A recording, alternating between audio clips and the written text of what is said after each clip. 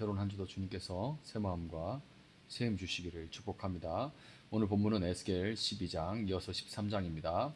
주님께서 나에게 말씀하셨다. 사람아, 너는 반역하는 백성 가운데 살고 있다. 그들은 볼 눈이 있어도 보려고 하지 않고 들을 귀가 있어도 들으려고 하지 않는다. 그들은 반역하는 족속이기 때문이다.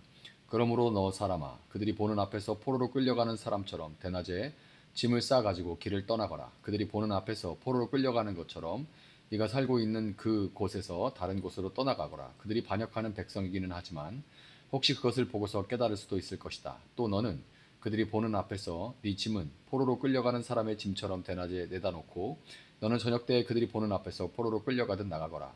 너는 그들이 보는 앞에서 성벽에 구멍을 뚫고 네 짐을 그곳으로 내다 놓아라.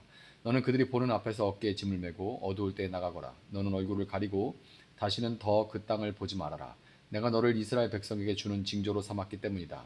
그래서 나는 명을 받은 그대로 하였다. 내 짐을 포로로 끌려가는 사람의 짐처럼 대낮에 내다 놓았다. 그리고 저녁 때에 손으로 성벽에 구멍을 뚫고 어두울 때에 나가서 그들이 보는 앞에서 어깨에 짐을 메었다. 이튿날 아침에 주님께서 나에게 말씀하셨다. 사람아, 저 반역하는 족속 이스라엘 족속이 네가 지금 무슨 일을 하고 있느냐 하고 너에게 묻지 않았느냐? 너는 그들에게 이르기를 주 하나님께서 이렇게 말씀하신다. 이 짐은 예루살렘에서 다스리는 왕과 그 도성 가운데 사는 이스라엘 족속 전체에 대한 징조다 하여라.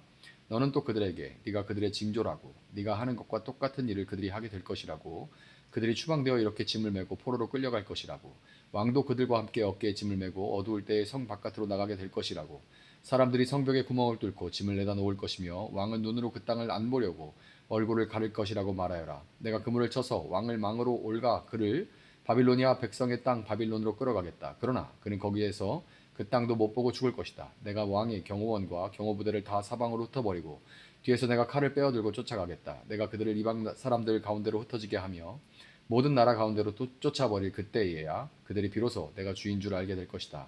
그러나 나는 그들 가운데서 몇 사람을 남겨서 전쟁과 굶주림과 전염병으로 죽지 않게 하고 그들이 이르는 이방 사람들 가운데서 자기들이 전에 저지른 역겨운 일을 모두 자백하게 할 것이다. 그때에야 비로소 그들이 내가 주인 줄 알 것이다. 주님께서 나에게 말씀하셨다.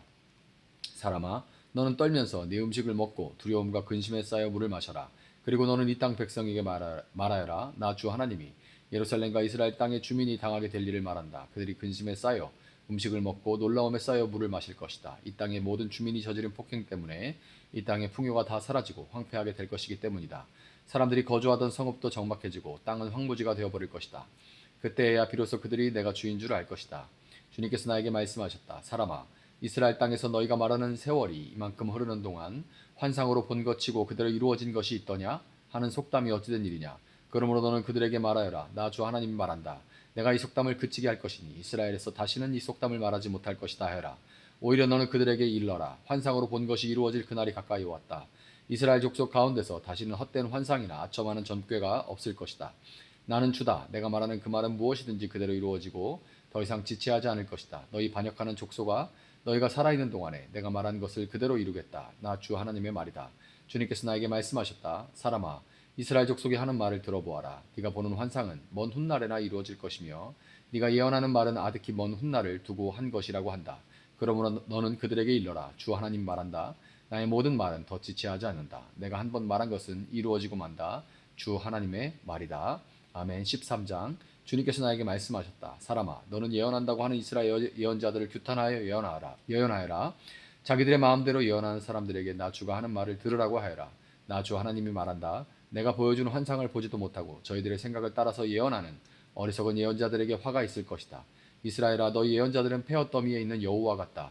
너희 성벽이 무너졌는데도 너희 예언자들은 성벽 무너진 곳에 올라가지도 않았으며 이스라엘 족속을 위하여 주의 날에 전쟁에 대비하려고 성벽을 보수하지도 않았다. 그들은 헛된 환상을 보고 속이는 점괘를 보며 내가 그들을 보내지도 않았는데 내가 일러준 말이라고 하면서 예언을 하고 또 그 말이 이루어지기를 기다리고 있다. 나는 너희에게 전혀 말한 일이 없는데 너희는 나에게 받은 말씀이라고 하면서 헛된 환상과 속이는 점괘를 말한 것이 아니냐? 그러므로 나 주 하나님이 말한다. 너희가 헛된 것을 말하고 속이는 것을 보았기 때문에 내가 너희를 치겠다. 나 주 하나님의 말이다. 헛된 환상을 보고 속이는 점괘를 말하는 그 예언자들을 내가 직접 치겠다. 그들은 내 백성의 공회에 들어올 수도 없고 이스라엘 족속의 호적에 등록될 수도 없고 이스라엘 땅으로 들어갈 수도 없을 것이다. 그때에야 비로소 너희는 내가 주 하나님인 줄 알게 될 것이다. 내가 이렇게 그들을 치는 까닭은 그들이 내 백성을 잘못 인도하였기 때문이다. 무엇 하나 잘 되는 것이 없는데도 잘 되어 간다고 하여 백성을 속였기 때문이다. 내 백성이 담을 세우면 그들은 그 위에 회칠이라 하는 자들이다. 그러므로 너는 회칠하는 자들에게 그 담이 무너질 것이라고 말하여라. 내가 소나기를 퍼붓고 우박을 쏟아내리고 폭풍을 일으킬 것이니 그 담이 무너질 때에 그들이 발랐던 그 회칠이 다 어찌 되었느냐고 비난하여 추궁할 것이라고 하여라. 그러므로 나 주 하나님 말한다. 내가 분노하여 폭풍을 일으키고 내가 진노하여 폭우를 퍼붓고 내가 분노하여 우박을 쏟으면 그 담이 무너질 것이다. 너희가 회칠한 그 담을 내가 허물어서 땅바닥에 쓰러뜨리고 그 기초가 드러나게 하겠다. 그 담이 무너지면 너희가 그 밑에 깔려 죽을 것이다. 그때야 비로소 너희는 내가 그 주인 줄 알 것이다. 내가 이렇게 그 담과 그것을 회칠한 자들에게 내 분노를 다 쏟고 나서 너희에게 말할 것이다. 그 담은 사라졌고 그것을 회칠한 자들도 사라졌다. 예루살렘을 두고 예언한 이스라엘의 예언자들과 전혀 평화가 없는데도 예루살렘에 대하여 평화의 환상을 본 사람들이 사라졌다 할 것이다. 나 주 하나님의 말이다. 너 사람아, 네 백성 가운데서 자기들의 마음대로 예언한 여자들을 주목해보고 그들을 규탄하여 예언하여라. 너는 전하여라. 주 하나님 말한다. 사람의 영혼을 사냥하려고 팔목마다 부적들을 꿰매고 각 사람의 키에 맞도록 너울을 만들어 머리에 씌워주는 여자들에게 화가 있을 것이다. 너희가 내 백성의 영혼을 사냥하여 죽이려고 하면서도 자신의 영혼은 살아남기를 바라느냐? 너희는 몇 줌의 보리와 몇 조각의 빵 때문에 내 백성이 보는 앞에서 나를 욕되게 하였다. 너희는 거짓말을 곧이 듣는 내 백성에게 거짓말을 함으로써 죽어서는 안 될 영혼들을 죽이고 살아서는 안 될 영혼들은 살리려고 한다. 그러므로 나 주가 말한다. 새 잡듯이 사람의 영혼을 사냥하는 데 사용하는 너희의 부적들을 내가 물리치겠다. 내가 그것을 너희 팔목에서 떼어내고 너희가 새 잡듯이 사냥한 영혼들을 풀어놓겠다. 또 내가 너희의 너울을 찢어서 너희 손에서 내 백성을 구해내고 그들이 다시는 너희 손의 사냥감이 되지 않게 하겠다. 그때야 비로소 너희는 내가 주인 줄을 알 것이다. 나는 의인의 마음을 슬프게 하지 않았으나 너희가 거짓말로 그를 괴롭혔으며 악인의 손을 너희가 강하게 만들어 주어서 그가 자신의 악한 길에서 돌아서서 살 길을 찾을 수 없게 하였기 때문에 너희 여자들이 다시는 헛된 환상을 못 보게 하며 점괘를 말하지도 못하게 할 것이다. 내가 내 백성을 너희 손에서 구해낼 것이다. 그때야 비로소 너희는 내가 주인 줄 알 것이다. 아멘. 에스겔 12장부터 24장까지는 유다를 향한 하나님의 마지막 심판 예고가 무겁게 계속해서 이어집니다. 그 중에서 오늘 우리가 마주한 본문 12장과 13장은 그 준엄한 경고, 이어지는 경고의 포문을 여는 말씀이에요. 오늘 본문을 묵상할 때 우리가 반드시 느껴야 하는 것은 단순히 무섭고 차가운 심판의 선언만이 아닙니다. 어떻게든 자기 백성들을 살려보려고 온갖 몸짓으로 경고하시면서 심판을 행하시면서도 그 속이 새카맣게 타들어가는 하나님의 찢어지는 심정을 우리가 이 안에서 읽어낼 수 있어야 되는 거예요.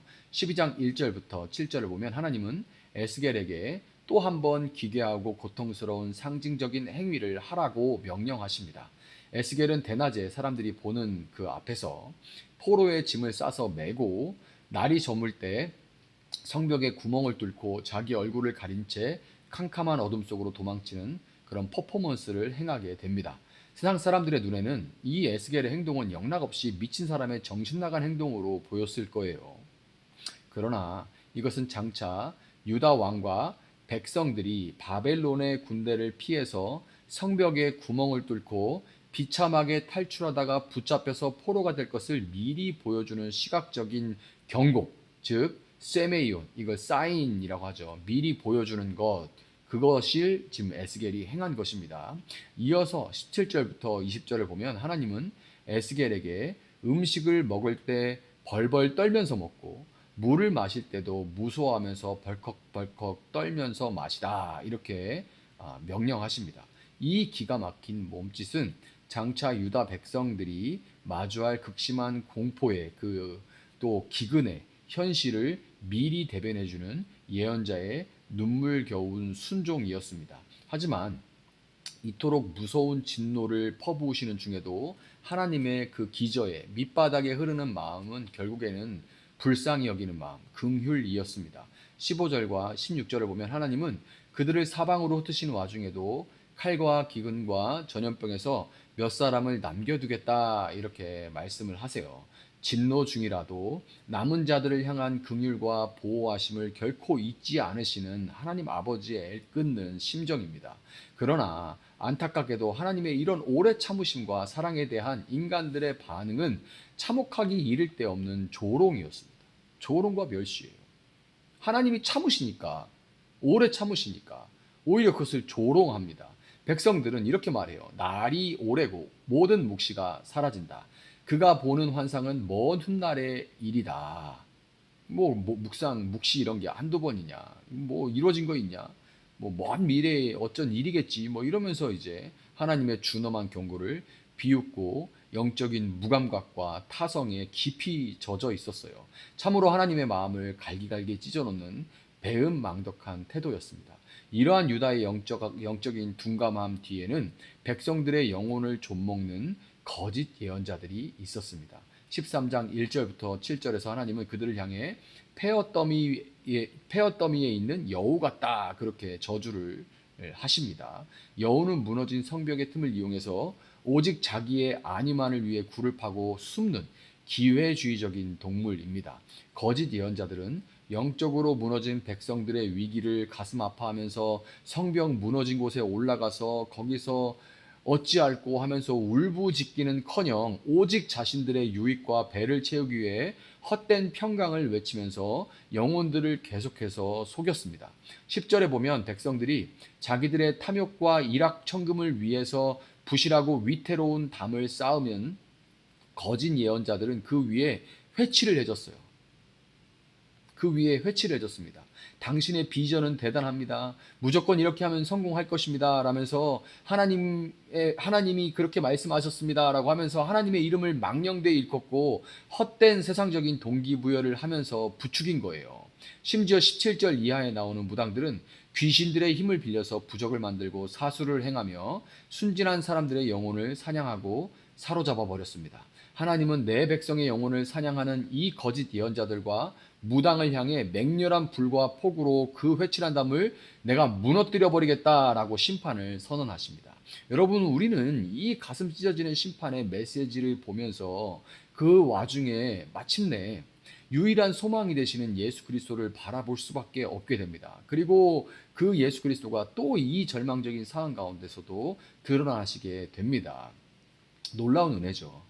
죄악의 짐을 메고 캄캄한 어둠 속으로 걸어가야 했던 이 예언자 에스겔의 포로 행보는 사실 죄로 인해 영원한 멸망의 길로 걸어가야 될 우리 대신해서 십자가라는 무거운 죄의 짐을 메고 골고다 언덕에 영원한 어둠 속으로 묵묵히 걸어 들어가신 예수 그리스도의 비장한 발걸음을 미리 보여주고 있습니다. 인간들이 하나님의 오래 참으심을 조롱하고 헛된 탐욕에 담을 쌓으면서 파멸을 자초할 때 예수 그리스도는 우리가 쌓은 모든 거짓된 이 회칠한 담을 당신의 몸으로 대신 맞아 무너뜨려 주셨습니다. 그리고 친히 우리 인생에 결코 흔들리지 않는 가장 안전하고 견고한 참된 기초석, 반석과 성벽이 되어 주셨습니다. 주님이 십자가에서 찌르는 채찍질과 저주의 칼을 대신 맞아 주셨기 때문에 오늘 우리는 사탄의 영혼 사냥으로부터 영원한 자유가 되는 구원의 해방을 맛보게 된 것입니다. 그러므로 우리는 오늘을 살아가면서 과연 어떤 자리에 있어야 할지에 대해서 다시금 깊이 생각해 봐야만 해요. 우리는 더 이상 세상이 약속하는 어떤 일확천금이나 성공주의라는 헛된 회칠한 담에 영혼을 빼앗겨서는 안 됩니다. 특별히 요즘에 주가나 이런 것들, 주식하고 이런 게 나쁘다는 건 아닌데 뭔가 늘 이런 생각이 있습니다. 나만 뒤처지는 거 아닌가? 이걸 이제 경제용어로 포모라고 하죠. 나만 벼락 거지가 되는 것은 아닌가? 나만 뒤처지는 건 아닌가? 나만 바보처럼 사는 것은 아닌가?